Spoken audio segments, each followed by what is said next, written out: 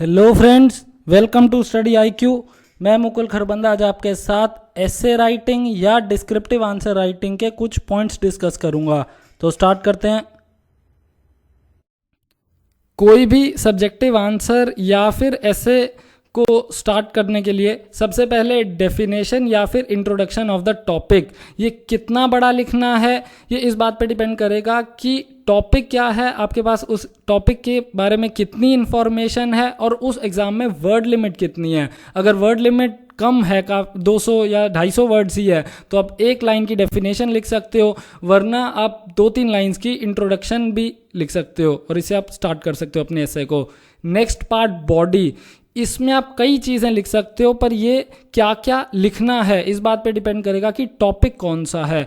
अगर आपको उस टॉपिक के बारे में हिस्ट्री पता है तो आप लिख सकते हो। फॉर एग्जांपल, अगर ऐसे का टॉपिक है डीमोनेटाइजेशन, जो कि रिसेंटली किया गया था, इसकी एक हिस्ट्री है, पहले भी एक बार डीमोनेटाइजेशन किया जा चुका है 1978 में। अगर आपके पास ये इन्फॉर्मेशन है तो आप बॉडी में पहली लाइन उसकी हिस्ट्री के बारे में लिख सकते हो, या फिर context in which this step is taken, demonetization क्यों उठाया गया, उसकी वजह क्या थी, वो सारी चीज़ें, प्रेजेंटली क्या सब चल रहा है, वो सब आप लिख सकते हो। उसके बाद इंटरनेशनल कॉन्टेक्स्ट, ये आप तब लिख सकते हो अगर आपको इसके बारे में थोड़ी सी इन्फॉर्मेशन है। फॉर एग्जांपल, जीएसटी के बारे में अगर पूछा जाता है, गुड्स एंड सर्विसेज टैक्स, और आपके पास ये इन्फॉर्मेशन है कि जीएसटी और किस किस देश में पहले से ही एग्जीक्यूट किया जा चुका है, तो आप इंटरनेशनल कॉन्टेक्स्ट लिख सकते हो। या फिर अगर वोटिंग सिस्टम के बारे में कोई ऐसे आता है,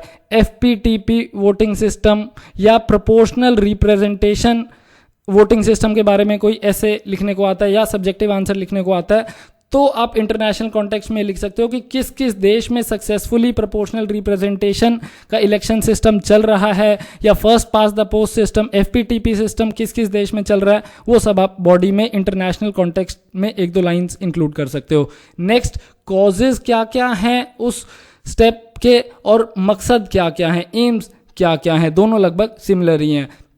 फॉर एग्जाम्पल, डिमोनेटाइजेशन क्यों किया गया था, जीएसटी क्यों लाया गया, जीएसटी इसलिए लाया गया क्योंकि कई सारे टैक्सेस कॉन्करेंटली देश में लगाए जा रहे थे, उससे ईज ऑफ डूइंग बिजनेस कम हो रहा था। ईज ऑफ डूइंग बिजनेस को बढ़ाने के लिए, सरकार के टैक्सेस से रेवेन्यू को बढ़ाने के लिए जीएसटी को लाया गया। तो क्या पर्पसेस थे, क्या एम्स हैं, वो आप बॉडी में इंक्लूड कर सकते हो। और क्या आउटकम्स सरकार उम्मीद कर रही है, क्या इम्पैक्ट्स होंगे, क्या इफेक्ट्स होंगे, तीनों के एक ही मतलब है, ये सब भी आप बॉडी में इंक्लूड कर सकते हो। इसमें आप कई कैटेगरीज में डिवाइड कर सकते हो, economic, political, social, historical, cultural, administrative, geographical, technological. कौन कौन सी कैटेगरीज में डिवाइड करना है, कौन कौन से कैटेगरीज पे आप सूटेबली कुछ लाइंस लिख सकते हो, ये डिपेंड करेगा कि टॉपिक क्या है। अगर जीएसटी है तो उस पर ज़्यादातर कॉजेज या ज़्यादातर एम्स इकोनॉमिक होंगे, क्योंकि सरकार टैक्स बेस बढ़ाना चाहती है, ज़्यादा कमाई करना चाहती है, जीडीपी बढ़ाना चाहती है, ये सारी चीज़ें। सोशल इफेक्ट्स होंगे, पॉवर्टी एलिविएशन में भी जीएसटी काम आ सकता है, अगर इंडस्ट्रियलाइजेशन बढ़ेगा, मेक इन इंडिया बढ़ेगा, वो सभी आप लिख सकते हो। ज्योग्राफिकल के बारे में अगर आपको कुछ लिखना है तो आप ये लिख सकते हो कि जीएसटी के आने से पूरा देश one nation one taxation system implement हो जाएगा। और टेक्नोलॉजिकल में आप जीएसटी के बारे में लिख सकते हो कि GSTN, goods and services tax network, ये एक कंपनी है जिसके बारे में अभी थोड़ी देर में बताऊंगा, ये जीएसटी को टेक्नोलॉजिकली इंप्लीमेंट करेगी। ये कुछ कैटेगरीज मैंने आपको बताई जिनके अंदर आप अपने एसे को डिवाइड कर सकते हो। उसके बाद आप इन एस्पेक्ट्स को फर्दर डिवाइड कर सकते हो। फॉर एग्जांपल, इकोनॉमिक एस्पेक्ट्स को आप डिवाइड कर सकते हो, सरकार की रेवेन्यू पे क्या फ़र्क पड़ेगा, सरकार के पास कितना टैक्स इकट्ठा होगा, जीडीपी पे क्या फ़र्क पड़ेगा, जो भी स्टेप लिया गया, जीएसटी या डिमोनेटाइजेशन या इंसॉल्वेंसी एंड बैंकरप्सी कोड, उन सब चीज़ों का। ईज ऑफ डूइंग बिजनेस पे क्या फ़र्क पड़ेगा, पॉवर्टी एलिविएशन पे क्या फ़र्क पड़ेगा, इंपोर्ट्स एक्सपोर्ट्स पे क्या फ़र्क पड़ेगा। जैसे जीएसटी से हम ये उम्मीद कर रहे हैं कि हमारे एक्सपोर्ट्स ज़्यादा कॉम्पिटिटिव हो जाएंगे और इंक्रीज करेंगे, इसीलिए उसके बाद आप एम्स को शॉर्ट टर्म और लॉन्ग टर्म में भी कैटेगराइज कर सकते हो कि डीमोनेटाइजेशन का शॉर्ट टर्म में क्या फ़ायदा होगा और लॉन्ग टर्म में क्या फ़ायदा होगा। हालांकि डीमोनेटाइजेशन का शॉर्ट टर्म में तो नुकसान हुआ है, जीडीपी कम हुई है, टैक्सेस से रेवेन्यू कम हुई है, पर लॉन्ग टर्म में फ़ायदा होने की उम्मीद है। तो ये सब कुछ कैटेगरीज हैं जिनको अगर आप याद रखोगे तो पेपर में जल्दी जल्दी ऐसे या डिस्क्रिप्टिव आंसर का ढांचा, स्ट्रक्चर बनाना आसान हो जाएगा। आखिरी में कंक्लूजन या फिर वे फॉरवर्ड, आगे का रास्ता। अब कितनी ही प्रॉब्लम्स बता लीजिए देश में या दुनिया में, आपको कुछ सजेशंस भी देने पड़ेंगे, आगे का रास्ता भी सुझाना पड़ेगा और वो पॉजिटिव ही होना चाहिए। It should be with positive overtones, negative ना रहिए। और दूसरी बात, steps should be reformative, suggest revolutionary steps at your own risk. ऐसे रेडिकल या रेवोल्यूशनरी स्टेप्स मत सुझाइए जो कि देश की कोर वैल्यूज के खिलाफ हों। कभी भी फ्रस्ट्रेट होके ऐसा मत लिख दीजिए ऐसे में कि मिलिट्री रूल इंप्लीमेंट कर दिया जाना चाहिए, डेमोक्रेसी हटा के डिक्टेटरशिप कर दी जानी चाहिए तो इकोनॉमिक डेवलपमेंट ज़्यादा होगा। ऐसा बिल्कुल ना करें, और फिर भी मन कर रहा हो करने का तो उनको अपने ही रिस्क पे करें। अब कुछ टॉपिक्स के बारे में डिस्कस करते हैं जो कि रिसेंटली न्यूज़ में थे और आने वाले टाइम में किसी एग्जाम में, एसे राइटिंग में या फिर डिस्क्रिप्टिव आंसर राइटिंग में पूछा जा सकता है। सबसे पहला टॉपिक डीमोनेटाइजेशन। जैसा मैंने अभी कहा था, पहले लिखते हैं डेफिनेशन या फिर एक्सप्लेनेशन। इसमें डेफिनेशन क्या होगी डीमोनेटाइजेशन की? The currency notes of larger denominations that is ₹1000 and ₹500 ceased to be the legal tender in the country. Ceased का मतलब स्टॉप, और देश में 1000 और 500 के नोट लीगल टेंडर अब नहीं रहे थे। लीगल टेंडर का मतलब लॉ रिकॉग्नाइज करता था 1000 और 500 के नोट कि ये मीडियम ऑफ एक्सचेंज हैं। अब ऐसा नहीं है और इसीलिए लीगल टेंडर वो नहीं रहे। Next part body. बॉडी में आप हिस्ट्री लिख सकते हो कि डीमोनेटाइजेशन पहले कब किया गया था। जनवरी 1978 में पहले किया गया था। इंडियन गवर्नमेंट ने 1000, 5000 और 10,000 के नोट्स को डीमोनेटाइज कर दिया था। तब भी ब्लैक मनी को काउंटर करना मेन पर्पस था। अब यहाँ पे इंटरनेशनल कॉन्टेक्स्ट लिखना थोड़ा सा मुश्किल हो जाएगा क्योंकि ये बहुत कम चांसेस हैं कि आपके पास इंफॉर्मेशन अवेलेबल हो और उस समय एकदम से याद आ जाए कि डीमोनेटाइजेशन कब और कहाँ पे किस देश में किया गया था। इसलिए मैंने यहाँ पे XX मारा कि आप इस हेडिंग के अंदर इस टॉपिक में कुछ नहीं लिख पाएंगे, मुश्किल है कि लिख पाएं। एम्स में हाँ आप बहुत कुछ लिख सकते हैं डीमोनेटाइजेशन के बारे में। टू कर्ब करप्शन, भ्रष्टाचार को रोकने के लिए डीमोनेटाइजेशन लाया गया। Counter fitting, fake Indian currency notes, फर्जी नोट जो देश में आ रहे थे उनको बंद करने के लिए डीमोनेटाइजेशन लाया गया। हाई डिनोमिनेशन नोट्स का इस्तेमाल टेररिस्ट एक्टिविटीज़ के लिए होता था, उनको बंद करने के लिए डीमोनेटाइजेशन लाया गया। ब्लैक मनी को रोकने के लिए डीमोनेटाइजेशन लाया गया और यही मेन पर्पस था डीमोनेटाइजेशन का। और अगर आपको कोई एम याद आता है तो वो भी लिख सकते हो। अब डेफिनेशन और ऑब्जेक्टिव्स या एम्स के बाद देखते हैं डीमोनेटाइजेशन के इम्पैक्ट्स क्या थे। National income, gross domestic product पे क्या फ़र्क पड़ा। नवंबर दिसंबर मंथ के लिए जीडीपी ग्रोथ रेट पे फ़र्क आया। मीडियम ऑफ एक्सचेंज नहीं था, इतनी आसानी से अवेलेबल नहीं था क्योंकि दो बड़े नोट 1000 और 500 के बंद कर दिए गए थे। डिमांड साइड पे दिक्कत हुई, लोगों के पास खरीदने के लिए पैसे नहीं थे। सप्लाई साइड में दिक्कत हुई क्योंकि फैक्ट्री, स्मॉल स्केल इंडस्ट्रीज़ के पास इनपुट्स लेने के पैसे नहीं थे। टैक्स कलेक्शन में आने वाले टाइम में बढ़ोतरी होने की उम्मीद है क्योंकि ज़्यादा लोग टैक्स बेस के अंदर आएंगे, ज़्यादा लोग टैक्सेस सरकार को पे करेंगे। अनसर्टेनिटी बढ़ी, अचानक से इतना बड़ा फैसला ले लिया गया था तो थोड़ी सी अनिश्चितता, अनसर्टेनिटी तो बढ़नी थी। इंटरेस्ट रेट्स पे ये फ़र्क होगा कि आने वाले टाइम में इंटरेस्ट रेट्स गिर सकते हैं क्योंकि बैंकों के पास ज़्यादा पैसा आ गया और इस वजह से उनको सस्ते दरों पे लोन देने में कोई दिक्कत नहीं होगी और इसलिए इंटरेस्ट रेट्स डिक्लाइन कर सकते हैं। फाइनेंशियल सिस्टम में सेविंग्स बढ़ेंगी क्योंकि ज़्यादा पैसा लोगों ने बैंकों में रखा है। और करप्शन और ब्लैक मनी जो कि मेन पर्पस था, मेन टारगेट था डीमोनेटाइजेशन का, उसमें गिरावट जरूर आएगी।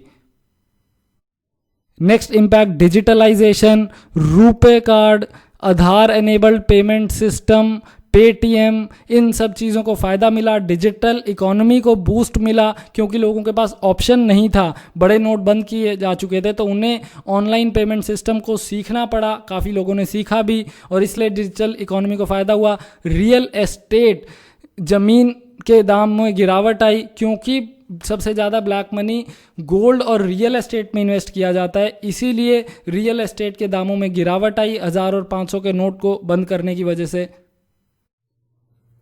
अब डीमोनेटाइजेशन पे कंक्लूजन या फिर वे फॉरवर्ड, आगे का रास्ता सजेस्ट करने के लिए आप ये कह सकते हो कि एक अच्छा स्टेप था, बोल्ड स्टेप था और ब्लैक मनी को ज़रूर काउंटर करेगा, चेक करेगा, कम करेगा, but it needs to be supplemented with certain other steps. और वो क्या क्या हैं? Crackdown on benami property, stringent penalties for tax evasion as well as strict punishment for those stashing away black money abroad, जो बाहर काला पैसा रख रहे हैं, टैक्स नहीं भर रहे हैं सही से, या बेनामी प्रॉपर्टी रख के बैठे हैं, उन पे स्ट्रिक्ट स्टेप्स लिए जाने चाहिए, स्ट्रिंजेंट पेनल्टीज होनी चाहिए और काफ़ी पनिशमेंट्स होनी चाहिए। अब देखते हैं next topic, GST, goods and services tax. सबसे पहले इंट्रोडक्शन या डेफिनेशन कि ये है क्या जीएसटी। तो ये एक यूनिफाइड टैक्सेशन सिस्टम है जो कि करंटली जितने भी इनडायरेक्ट टैक्सेस हैं देश में उनको रिप्लेस कर देगा एक टैक्स से। However certain goods are exempted from GST, सभी गुड्स पे नहीं लगेगा, फिलहाल कुछ गुड्स को एग्जेम्प्ट किया गया। और कौन कौन से हैं वो goods? Alcoholic liquor for human consumption और 5 पेट्रोलियम प्रोडक्ट्स जो कि हैं petroleum crude, motor spirit, high speed diesel, natural gas और एटीएफ, एविएशन टरबाइन फ्यूल। अब ये कुछ फैक्ट्स हैं जो कि आपको पता होने चाहिए और बहुत इंपॉर्टेंट और बेसिक फैक्ट्स हैं। इंट्रोडक्शन के बाद कुछ लाइंस आप लिख सकते हो प्रेजेंट सिनेरियो की, अभी क्या चल रहा है जिसको रिप्लेस करके गुड्स एंड सर्विसेज टैक्स लाया जा रहा है, या जीएसटी लाया ही क्यों जा रहा है, उसकी मेन वजह क्या है। तो उसकी मेन वजह कि जीएसटी कई सारे टैक्सेस को रिप्लेस कर देगा जो कि कॉन्करेंटली देश में लगते हैं। सेंटर कौन कौन से टैक्सेस लगाता है? Central excise duty, custom duty, service tax, बाकी सेंट्रल सरचार्ज, सेसेस जो भी लगाए जाते हैं वो सारे हट जाएंगे। स्टेट के टैक्सेस, स्टेट का value addition tax, VAT, luxury tax, entry tax, entertainment and amusement tax, taxes on advertisement, purchase tax, taxes on lotteries, betting, gambling, state जो सरचार्ज और सेस लगाती है वो सारी चीज़ें। इनमें जितने आपको याद रह सके उस टाइम पे वो सारे के सारे टैक्सेस जो कि प्रेजेंटली लग रहे हैं और जिनको रिप्लेस किया जा रहा है उनके बारे में आप मेंशन कर सकते हो। नेक्स्ट चीज़ आप ये बता सकते हो कि जीएसटी को 101st कॉन्स्टिट्यूशनल अमेंडमेंट एक्ट 2016 के थ्रू लाया गया है और इसी एक्ट के थ्रू जीएसटी काउंसिल को एस्टैब्लिश किया गया है जिसमें यूनियन फाइनेंस मिनिस्टर होंगे, यूनियन के ही फाइनेंस मिनिस्टर फॉर स्टेट होंगे यानी जूनियर वित्त मंत्री, और फाइनेंस मिनिस्टर्स ऑफ स्टेट्स होंगे, सभी राज्यों के फाइनेंस मिनिस्टर या कोई और मिनिस्टर जो कि राज्य की सरकार नॉमिनेट करे। नेक्स्ट आप बता सकते हो जीएसटी के टेक्नोलॉजिकल और एडमिनिस्ट्रेटिव एस्पेक्ट के बारे में जो कि है GSTN, goods and services tax network. इसको मैंने टेक्नोलॉजिकल एस्पेक्ट क्यों कहा? क्योंकि यही कंपनी आईटी इंफ्रास्ट्रक्चर प्रोवाइड करेगी। इंफॉर्मेशन टेक्नोलॉजी का जो भी इंफ्रास्ट्रक्चर और सर्विसेज सेंट्रल और स्टेट गवर्नमेंट को, टैक्स पेयर्स को, सिटीजन्स को या और किसी को कंपनीज को देना है वो ये जीएसटीएन नाम की कंपनी देगी। इसकी ऑथराइज्ड कैपिटल 10 करोड़ होगी। इसे 2013 में इनकॉर्पोरेट किया गया था और ये एक सेक्शन 8 कंपनी है। ये नॉट फॉर प्रॉफिट कंपनी है जो कि कंपनीज एक्ट के सेक्शन 8 में लिखी हुई है। इनमें से आपको जितनी लाइंस याद रहें, जो भी 2 या 3 लाइंस याद रहे, अगर सारी रहें तो बहुत अच्छा, जितनी रहें उनके बारे में लिख सकते हो। और एक और चीज़ कि जीएसटीएन में 24.5% इक्विटी सेंट्रल गवर्नमेंट की होगी, बाकी की 24.5% स्टेट फाइनेंस मिनिस्टर्स की एम्पावर्ड कमेटी की होगी और 51% equity non government financial institutions की होगी। ये बैंक्स या कोई और फाइनेंशियल इंस्टीट्यूशंस हो सकते हैं। नेक्स्ट आप लिख सकते हो जीएसटी के कुछ बेनिफिट्स के बारे में कि जीएसटी से क्या क्या फ़ायदा होगा। इस वीडियो के स्टार्टिंग में मैंने आपको कुछ कैटेगरीज के बारे में बताया था जिनमें कि आप अपने ऐसे की बॉडी को डिवाइड कर सकते हो, जैसे कि जीडीपी पे क्या फ़र्क पड़ेगा, टैक्स बेस पे क्या फ़र्क पड़ेगा, एक्सटर्नल सेक्टर इंपोर्ट्स एक्सपोर्ट्स पे क्या फ़र्क पड़ेगा, कंपनीज़ को फ़ायदा होगा या नुकसान होगा, ईज़ ऑफ डूइंग बिजनेस बढ़ेगा या नहीं बढ़ेगा। ये सब चीज़ें आप किसी भी स्टेप के बारे में एनालाइज कर सकते हो। जीएसटी से देश की जीडीपी बढ़ने की उम्मीद है, 1.5 से 2% बढ़ सकती है। जीडीपी से टैक्सेस में बॉयंसी आएगी, बॉयंसी का मतलब उछाल आएगा, और गवर्नमेंट की रेवेन्यू बढ़ेगी क्योंकि टैक्स बेस बढ़ेगा, ज़्यादा लोग कंप्लाई करेंगे टैक्सेस से और टैक्स पे करेंगे। Next, ease of doing business बढ़ेगा, कंपनीज को फ़ायदा होगा, कई सारे टैक्सेस नहीं देने पड़ेंगे उनको, और एक ही टैक्स में, एक ही इनडायरेक्ट टैक्स में उनका काम हो जाएगा। नेक्स्ट, क्योंकि कम टैक्सेस होंगे, गुड्स एंड सर्विसेज की लॉन्ग टर्म में कॉस्ट घटने की उम्मीद है, और इसीलिए हमारे एक्सपोर्ट्स ज़्यादा कॉम्पिटिटिव होंगे, सस्ते दाम पे एक्सपोर्ट कर सकेंगे और ज़्यादा एक्सपोर्ट कर सकेंगे। और नेक्स्ट, टैक्स पेयर को कई रिकॉर्ड्स नहीं बनाने पड़ेंगे, कई टैक्सेस के साथ कंप्लाई नहीं करना पड़ेगा। For example excise, service tax, VAT, central sales tax, octroi, entry tax, luxury tax, entertainment tax, इन सभी टैक्सेस की बजाय एक टैक्स देने से उनको आसानी होगी और देश में बिजनेस का एनवायरनमेंट बढ़ेगा, ईज ऑफ डूइंग बिजनेस बढ़ेगा इन शॉर्ट।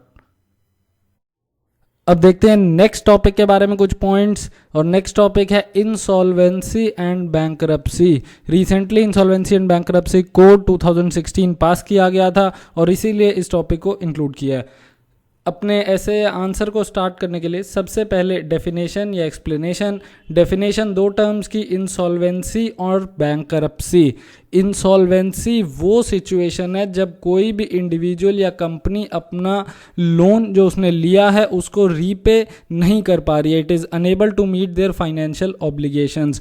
और जब इस बात को कि वो अपना उधार नहीं चुका पा रहे हैं लॉ रिकॉग्नाइज कर लेगा, लीगल रिकॉग्निशन हो जाएगा, तो उसे हम कहेंगे bankruptcy. Bankruptcy is the legal recognition of insolvency. अब इंसॉल्वेंसी और बैंकरप्सी के लिए प्रेजेंट सिनेरियो क्या है? प्रेजेंट सिनेरियो में दिक्कतें होंगी, तभी हमने नया insolvency and bankruptcy code 2016 introduce किया है, पास करवाया है पार्लियामेंट से। प्रेजेंट सिनेरियो में प्रोसेस कम्बरसम है, बड़ा है, भारी है, लेंदी है, और उसकी वजह से ईज ऑफ डूइंग बिजनेस में दिक्कत आती है। 1-2 लाइन्स या प्रेजेंट सिनेरियो पे लिख सकते हो। अब देखते हैं कुछ स्टेप्स जो कि रिसेंटली बैंकरप्सी और इंसॉल्वेंसी कोड 2016 में लाए गए हैं। पहली बात, it seeks to create a time bound process for insolvency resolution of companies and individuals. जल्दी से जल्दी सीमित समय में इस प्रक्रिया को ख़त्म किया जाए, प्रोसेस को ख़त्म किया जाए, ताकि अगर कंपनी को बेचा जाना है, इंसॉल्वेंसी को रिजॉल्व नहीं किया जा सकता, कंपनी को आगे नहीं चलाया जा सकता, तो कंपनी के एसेट्स बेचे जा सकें और जो भी पैसा है उधार लिया हुआ है वो क्रेडिटर्स को रीपे किया जा सके। एक चीज़ ध्यान रखिए, ये बैंकरप्सी एंड इंसॉल्वेंसी कोड कई इंस्टीट्यूशंस क्रिएट करता है। उसमें से पहला, इंसॉल्वेंसी प्रोफेशनल्स। ये वो लोग होंगे जो कि इस इंसॉल्वेंसी की पूरी प्रोसेस को करवाएंगे। The resolution process shall be conducted by licensed insolvency professionals. दूसरी बात, ये insolvency professionals insolvency professional agencies के मेंबर होंगे।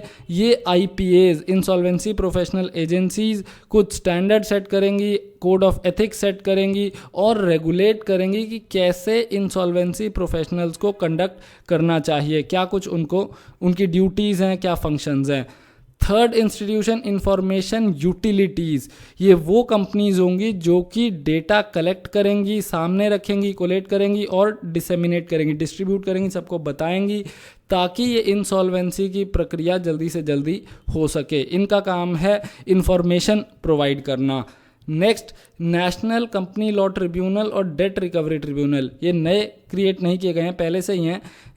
नेशनल कंपनी लॉ ट्रिब्यूनल का काम है इंसॉल्वेंसी रेजोल्यूशन, जो कि कंपनीज के लिए है, जो कंपनीज डूब रही हैं, आगे काम नहीं कर पा रही हैं, उनके लिए। और date recovery tribunal will adjudicate insolvency resolution for individuals के लिए, उनकी इंसॉल्वेंसी को रिजॉल्व करने के लिए डेट रिकवरी ट्रिब्यूनल का गठन किया गया। Last, insolvency and bankruptcy board of India, जो कि इन सभी institutions, insolvency professional agencies, information utilities, इन सभी को रेगुलेट करेगा। अब इस नए कोड के कुछ advantages it would be beneficial for creditors, जिन्होंने उधार दे रखा है उनको फ़ायदा होगा, क्योंकि जल्दी से जल्दी फाइनेंशियल डिस्ट्रेस का आइडेंटिफिकेशन हो जाएगा, ये पता चल जाएगा कि कंपनी डूबने वाली है और कंपनी को जल्दी से जल्दी वाइंड अप करके उसके एसेट्स को बेच के उस फाइनेंशियल इंस्टीट्यूशन, बैंक या कोई और जिसने भी उधार दे रखा है उसको वापस अमाउंट पे किया जा सकता है। इट वुड प्रमोट एंटरप्रेन्योरशिप, क्योंकि अननेसेसरी दिक्कतें नहीं होंगी कंपनी को वाइंड अप करने में, एग्जिट करने में, अपनी कंपनी को बंद करने में। तो इससे एंटरप्रेन्योरशिप को, ईज ऑफ डूइंग बिजनेस को प्रमोशन मिलेगी, बूस्ट मिलेगा। अवेलेबिलिटी ऑफ क्रेडिट को फ़ायदा होगा। कैसे ज़्यादा क्रेडिट अवेलेबल होगा? अगर बैंक्स और फाइनेंशियल इंस्टीट्यूशंस को जो भी पैसा मिलना था वो मिल चुका है कंपनी वाइंड अप करने के बाद, अननेसेसरी डिले नहीं हो रहा, तो वो अपना इम्पॉर्टेंट क्रेडिट किसी और कंपनी को, किसी नई कंपनी को अवेलेबल करवा सकते हैं। और last, clear, coherent and speedy process for early identification of financial distress and resolution of companies whose business is found to be viable. और अगर कंपनी को बचाया जा सकता है तो वो भी किया जा सकता है। ज़रूरी नहीं है कि कंपनी को वाइंड अप ही करना है। अगर अर्लियर आइडेंटिफिकेशन हो जाता है, जल्दी पता लग जाता है कि कंपनी खतरे में है, तो उसको सही इलाज से, सही सूटेबल स्टेप्स लेके बचाया जा सकता है। आखिरी में अपने ऐसे या आंसर को ख़त्म करते टाइम एक वे फॉरवर्ड या कंक्लूजन और आगे का रास्ता मैंने बताया पॉजिटिव होना चाहिए। कुछ नए स्टेप सजेस्ट कर सकते हो, और इसमें एक स्टेप जो आप सजेस्ट कर सकते हो वो है जुडिशियल रिफॉर्म्स, कि सिर्फ इस कोड को लाने से पूरी प्रोसेस ख़त्म नहीं हो जाएगी, सब कुछ आसान नहीं हो गया। अगर जुडिशियल रिफॉर्म्स लाए जाते हैं, पेंडेंसी ऑफ केसेस घटती है, डिस्पोजल ऑफ केसेस जल्दी जल्दी होता है, तो भी इस प्रोसेस को फ़ायदा मिलेगा और बिजनेस करना और आसान हो जाएगा। अब देखते हैं next topic, universal basic income. Economic survey में पहली बार डिस्कस किया गया था। यूनिवर्सैलिटी और अनकंडीशनैलिटी इसके बेसिक फीचर्स हैं। सबको दिया जाना चाहिए, अनकंडीशनली दिया जाना चाहिए, कुछ अमाउंट उनके अकाउंट में आ जाना चाहिए, और इसीलिए इसको यूनिवर्सल बेसिक इनकम का नाम दिया गया है। प्रेजेंट सिनेरियो कैटेगरी में आप ये डिस्कस कर सकते हो कि अभी देश में क्या दिक्कतें आ रही हैं और किन दिक्कतों की वजह से हम यूनिवर्सल बेसिक इनकम को लाने की कोशिश कर रहे हैं।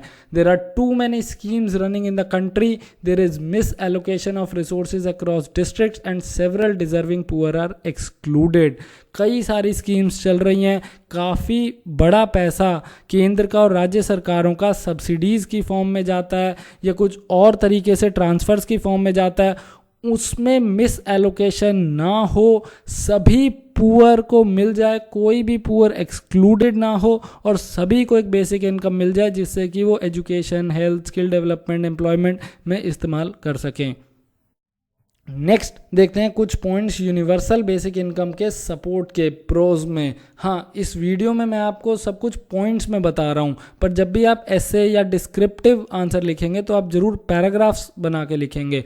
पहला पॉइंट जो यूनिवर्सल बेसिक इनकम को सपोर्ट करता है वो है सोशल जस्टिस। सामाजिक न्याय के लिए सभी को एक बेसिक मिनिमम इनकम मिलना ज़रूरी है, और यही यूनिवर्सल बेसिक इनकम करने की कोशिश करता है। जब लोगों के पास कुछ इनकम आएगी तो पॉवर्टी रिडक्शन भी होगा। अपनी चॉइस के अकॉर्डिंग, अपनी मर्जी के अकॉर्डिंग वो एजुकेशन, हेल्थ, न्यूट्रिशन, जिस भी चीज़ पे खर्च करना चाहें वो कर सकते हैं। ये चॉइस तब नहीं होती जब इन काइंड ट्रांसफर्स होते हैं। इन काइंड ट्रांसफर्स का मतलब सेंटर या स्टेट स्कीम्स बना के लोगों तक सामान पहुंचाते हैं। वो राशन हो सकता है, एजुकेशन के लिए सब्सिडी हो सकती है, ये सब। इसमें लोगों के पास चॉइस नहीं है। यूनिवर्सल बेसिक इनकम में लोगों के पास चॉइस होगी।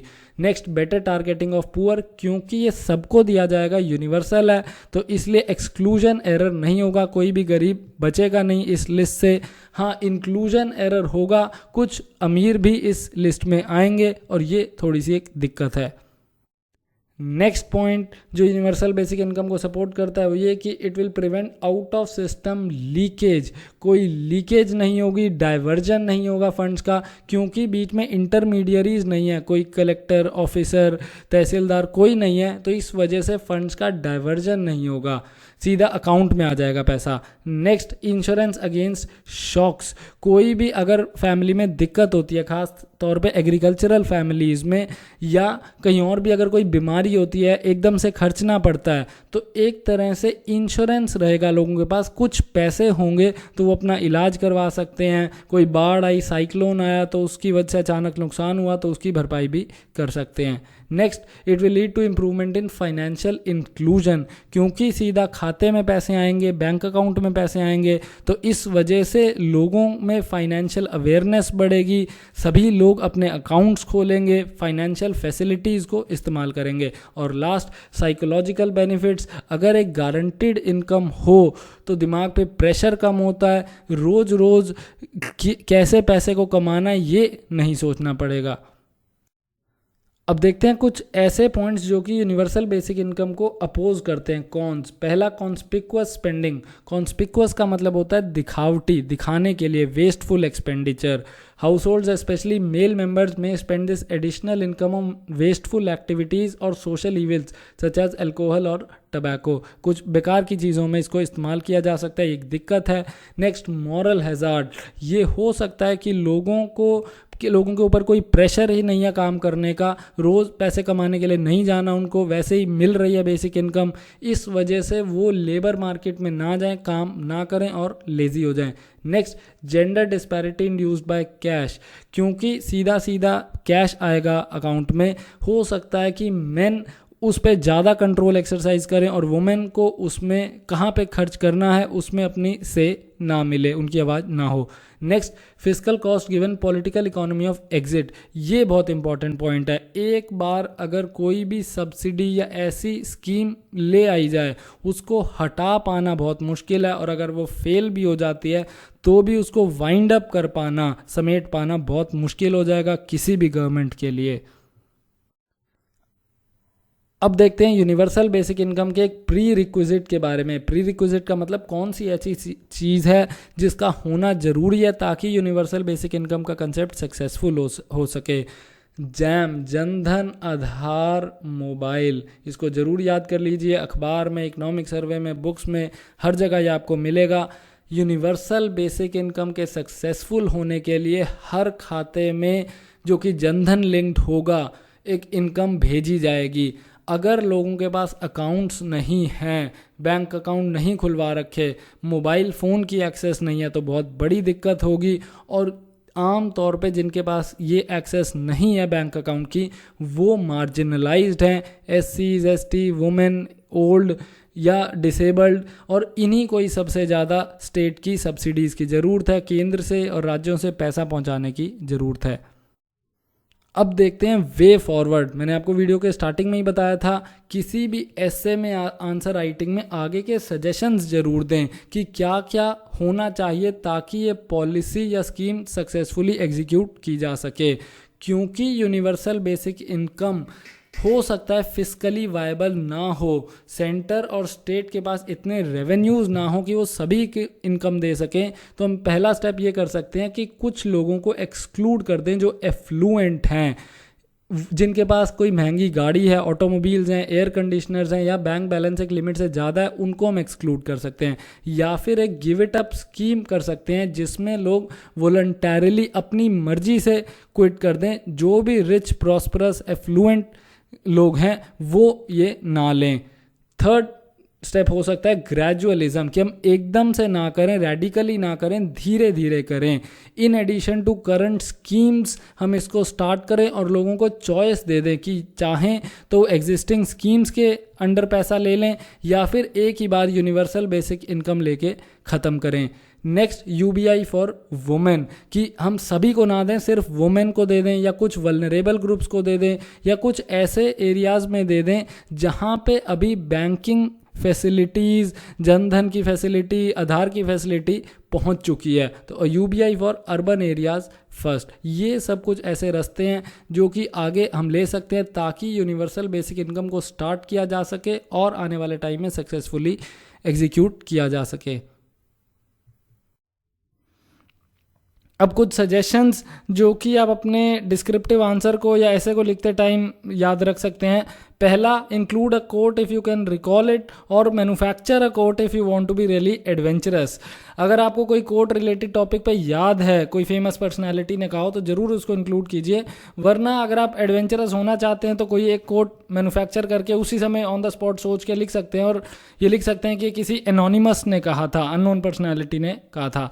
Next, you are writing an essay and not the manifesto of any political party. इसको बिल्कुल ध्यान से समझिए कि आपको ए पॉलिटिकल रहना है, कोई भी पॉलिटिकल पार्टी की साइड नहीं लेनी है। आप घर पे किसी पार्टी के कितने ही बड़े कट्टर समर्थक हो सकते हैं, फॉलोअर हो सकते हैं, पर आप वहाँ पे ऐसे लिख रहे हैं, किसी पॉलिटिकल पार्टी का मैनिफेस्टो नहीं लिख रहे हैं, घोषणा पत्र नहीं लिख रहे हैं, तो इसलिए किसी पार्टी का समर्थन ना करें। Third, the values of a government employee are derived from constitution of India. Never suggest anything that goes against the spirit of democracy, secularism, nationalism. आप कभी भी संविधान के खिलाफ मत जाइए। कोर वैल्यूज जो देश की हैं, लोकतंत्र, सेकुलरिज्म, नेशनलिज्म, इनके खिलाफ मत जाइए। कितना ही रेडिकल सॉल्यूशन सुझाइए, सजेस्ट करिए, पर कभी भी डिक्टेटरशिप जैसा सॉल्यूशन मत सजेस्ट करिए किसी भी प्रॉब्लम के लिए। किसी भी रिलीजन के खिलाफ आपको नहीं लिखना है, देश के खिलाफ नहीं लिखना है। Next, even if you are a millionaire, billionaire और trillionaire, do not be overtly capitalistic and do have a soft corner for marginalized while writing any subjective answer। कोई भी आंसर लिखते टाइम सीधा सीधा कोशिश करें, कैपिटलिज्म को ना सपोर्ट करें। आप करोड़पति हों, अरबपति हों, फिर भी मार्जिनलाइज्ड के लिए, पुअर के लिए एक सॉफ्ट कॉर्नर रखिए। उनके इंक्लूजन के लिए, बेनिफिट्स के लिए ज़रूर कुछ सजेशंस दीजिए अगर रिलेटेड टॉपिक है तो।